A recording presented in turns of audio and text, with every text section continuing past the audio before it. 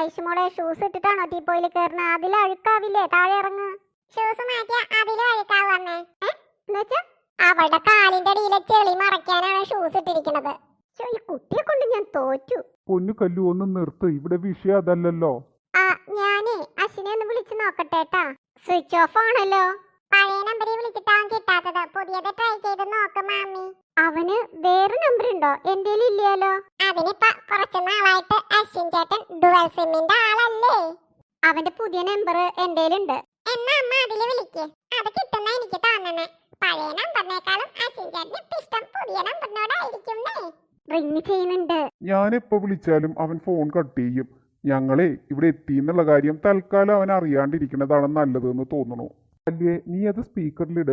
തഞ്ചത്തി സംസാരിച്ചിട്ട് ചെക്കനെ വരുത്താൻ നോക്ക്, ഇല്ലെങ്കിൽ ആള് കൈവിട്ട് പോവൂട്ടാ. ചേച്ചി, അശ്വിൻ ചേട്ടന്റെ ഡിവോഴ്സ് ആക്ഷൻ കട്ട് ചെയ്തിട്ട് പഴയത് മാത്രമാക്കാനുള്ള ശ്രമം നടക്കാണ്. ഹലോ മാമി, എന്താ വിളിച്ചത്? അശ്വിനെ, നീ എന്താ ഇപ്പൊ ഇങ്ങടേക്ക് വരാത്തത്? ഒന്ന് പെട്ടെന്ന് വരുന്നുണ്ടോ? സസ്പെൻഷൻ വാങ്ങിച്ചതിന് സമ്മാനം കൊടുക്കാൻ വിളിക്കാന്ന് പറഞ്ഞേ. എന്നെ തല്ലാനോ പിടിക്കാനോ വല്ലതും ആണോ? ഏയ്, അതിനൊന്നല്ല. അതിന്റെയൊക്കെ പ്രായം നിനക്ക് കഴിഞ്ഞു പോയില്ലേ? ഓ, അപ്പൊ നിങ്ങൾക്കൊക്കെ വിവരം വെച്ച് തുടങ്ങിയില്ലേ? എന്നാ പിന്നെ ഒരു 2 ദിവസം ക്ഷമിക്ക്. അപ്പോഴേക്ക് ഞാൻ അങ്ങോട്ട് എത്തും. ഒരു പ്രത്യേക മിഷനിലാണിപ്പോ, അതുകൊണ്ടാണ് വരാത്തത്. എന്ത് മിഷൻ? ഇന്ത്യയുടെ പുതിയ റോക്കറ്റ് കയറി പോവാനുണ്ടാ? എടാ, നമുക്ക് എന്തായാലും സ്നേഹയുടെ വീട്ടിലൊന്ന് പോണം. അവള് വല്ലാതെ ഇടഞ്ഞു നിൽക്കാണ്. അതിനേക്കാൾ വലിയൊരു അത്യാവശ്യത്തിലാണ് ഞാനിവിടെ നിൽക്കുന്നത്. ഇപ്പൊ വന്നാല് കാര്യങ്ങൾ കൈവിട്ട് പോവൂട്ടാ. അല്ലെങ്കിൽ തന്നെ എന്നേ കാര്യങ്ങൾ കൈവിട്ട് പോയി. ചേട്ടൻ മാത്രം അത് അറിഞ്ഞില്ല.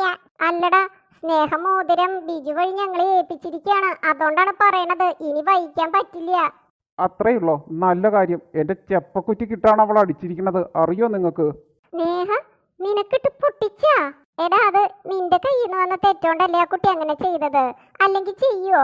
ഞാൻ ആണാണെങ്കിൽ അവക്ക് മാപ്പ് കൊടുക്കില്ല മാമി. അല്ലപ്പ നിന്റെ പ്ലാൻ എന്താണ്? മാമി പേടിക്കണ്ട കേട്ടാ. ഒരു ചെറിയ മധുര പ്രതികാരം. അത് കഴിഞ്ഞിട്ട് ഞാൻ അങ്ങടേക്ക് തിരിച്ചെത്താം.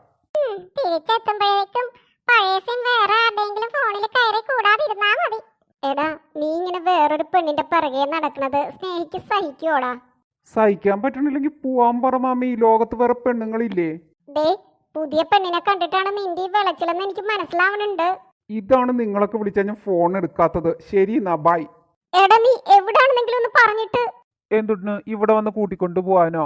ഞാൻ അങ്ങടേക്ക് എത്താന്ന് പറഞ്ഞതല്ലേ. ഇനി 2 ദിവസം അതിനകത്ത് അശ്വിൻ അവിടെ എത്തിയിരിക്കും. ഓക്കെ എന്നാ, ബൈ മാമി. വേറൊന്നും എനിക്ക് സംസാരിക്കാനില്ല. അവൻ ഫോൺ വെച്ചു. ഇത്രയെങ്കിലും സംസാരിച്ചല്ലോ എന്ന് ആലോചിച്ച് സമാധാനിക്ക്. അശ്വിന്റെ അച്ഛ, നമുക്കൊന്ന് സ്നേഹയുടെ വീട് വരെ പോയാലോ? പോകാടിയേ. ഞാനൊന്ന് ആ കുട്ടിയെ വിളിക്കട്ടെ ഏട്ടാ. ഇനി അടുത്തത് അതിന്റെ വായിരിക്കുന്നത് കേക്കാം. ഫോൺ അടിക്കുന്നത് ആടെയാ മോളെ? അശ്വിന്റെ അമ്മയാണ്. ഇംഗ്ലണ്ടിലൊക്കെ കണ്ട മാതാമകളോടെ കറങ്ങി നടന്ന ചെക്കനെ കൊണ്ട് മോളെ കെട്ടിക്കാൻ നോക്കിയനെ. നല്ല വർത്താനം പറയട്ടെ. ഇങ്ങോട്ടാ. വേണ്ടമ്മേ, ഞാൻ സംസാരിച്ചോളാം. ഹലോ സ്നേഹമോളെ, മമ്മയാണ്. മനസ്സിലായി. എന്തേ? ഞാനും അച്ഛനും ഇന്നെത്തി. ഇപ്പൊ തന്നെ ദേ ഞങ്ങൾ അങ്ങടേക്ക് തിരിക്കുകയാണ്. 1 മണിക്കൂർ കഴിയുമ്പോ അവിടെ എത്തും ട്ടാ.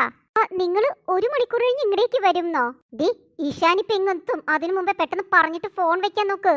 മമ്മ, ഒന്നും തോന്നരുത് കേട്ടാ. എനിക്ക് ഇപ്പോ വേറൊരു അർജൻസി ഉണ്ടായിരുന്നു. അല്ല മോളെ, ഇന്ന് തന്നെ വന്ന് നിന്നെ കണ്ടില്ലെങ്കിൽ ഞങ്ങൾക്കൊരു സമാധാനം ഇല്ല. അതാണ് മമ്മ മോതിരം ഊരി ബന്ധം ഓർത്തു. ഇനി എന്താണ് സംസാരിക്കാനിരിക്കണത്? അത്ര പെട്ടെന്ന് നിനക്ക് അശ്വിനെ മറക്കാൻ കഴിയോ? അങ്ങനെ ചോദിച്ചാല് സത്യം പറയാം, ഇല്ല. അതുകൊണ്ടാണ് ഞങ്ങൾ അങ്ങടേക്ക് വരാന്ന് പറഞ്ഞത്. ഞാൻ മറക്കാൻ കഴിയില്ല എന്നേ പറഞ്ഞുള്ളൂ. അതിനർത്ഥം ഞാൻ അശ്വിനെ സ്വീകരിക്കുന്നല്ലാട്ടാ. മോള് പറഞ്ഞു വരുന്നത് ആദ്യ പ്രണയം മറക്കാൻ പറ്റില്ലെന്നാ പറയണത്. അതുകൊണ്ട് എനിക്ക് തോന്നണത് ഞാൻ അശ്വിനെ ഇനിയും ഓർക്കുന്ന. പക്ഷെ അതൊരിക്കലും സ്നേഹത്തോടെ ആയിരിക്കില്ല, വെറുപ്പോടെ ആയിരിക്കും. ഈ തേക്കപ്പെടുന്നതിന്റെ വേദന ഉണ്ടല്ലോ, അത് ഭയങ്കരാണ്. അത് അനുഭവിച്ചവർക്കേ അറിയൂ. മോളെ, ഇപ്പൊ ഞങ്ങളൊന്ന് വന്ന് സംസാരിച്ചോട്ടെ. അത് കഴിഞ്ഞ് അവനെ കൊണ്ടുവന്ന് ഞങ്ങൾ മാപ്പ് പറയിക്കാം. ഇംഗ്ലണ്ടിലൊക്കെ വളർന്നവനല്ലേ. ആ പെൺകുട്ടിയോട് ഒന്ന് നിക്കാൻ പറയാൻ വേണ്ടിയിട്ട് കയ്യെ കയറി പിടിച്ചതാവും. അത്രേ ഉണ്ടായുള്ളൂ. ഒരു ഫ്രണ്ടിനെ പോലെയാണ് കയ്യെ കയറി പിടിച്ചെങ്കിൽ അവൻ എന്നോട് എന്തുകൊണ്ട് തുറന്നു പറഞ്ഞില്ല? പോട്ടെ, എനിക്ക് ഇഷ്ടപ്പെടില്ല എന്ന് അവന് തോന്നിയെങ്കിൽ ഒരു സോറിയും പറയായിരുന്നില്ലേ? പിന്നെ ഇപ്പൊ അവനോട് പിറകെ പോയത് എന്തിനാന്നും മനസ്സിലായില്ലേ? മനസാക്ഷി ഉണ്ടെങ്കിൽ മമ്മ അത് ന്യായീകരിക്കില്ല. ഞാൻ ന്യായീകരിക്കല്ല മോളെ, അവനെ കൊണ്ട് മാപ്പ് പറയിക്കാം. സമ്മതിക്കരുത്, ഒരു മാപ്പും പറയാൻ സമ്മതിക്കരുത്. ഇന്നത്തായോ ഞാൻ 2 വർത്താനം പറയട്ടെ. ഞാനൊരു കാര്യം ചോദിച്ചോട്ടെ, നിങ്ങൾക്കൊരു മോളുണ്ടായിരുന്നെങ്കിൽ ആ മോളെ കൊണ്ട് ഇങ്ങനത്തെ ഒരുത്തനെ കല്യാണം കഴിപ്പിക്കുമായിരുന്നോ?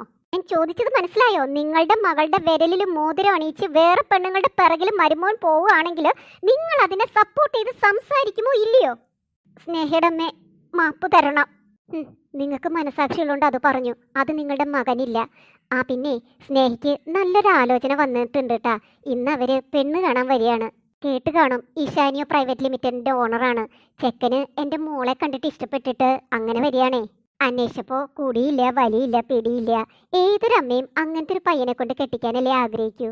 അപ്പോൾ കുറച്ച് ധൃതിയുണ്ടേ, വെക്കട്ടെ. മോളെ, ആ സ്ത്രീ പാവാണെന്ന് തോന്നുന്നു. എന്നാലും കെട്ടണത് അവരല്ലല്ലോ. പോട്ടെ. ആ, നീ വന്ന് ഒരുങ്ങാൻ നോക്ക്. വാ. പലഹാരം വാങ്ങിയ അച്ഛൻ പോയിട്ടുണ്ട്. ഇപ്പം ഇങ്ങടേക്ക് എത്തൂട്ടാ. മോള് വായോ. ഇനി എന്താവുമെന്ന് അടുത്ത എപ്പിസോഡിൽ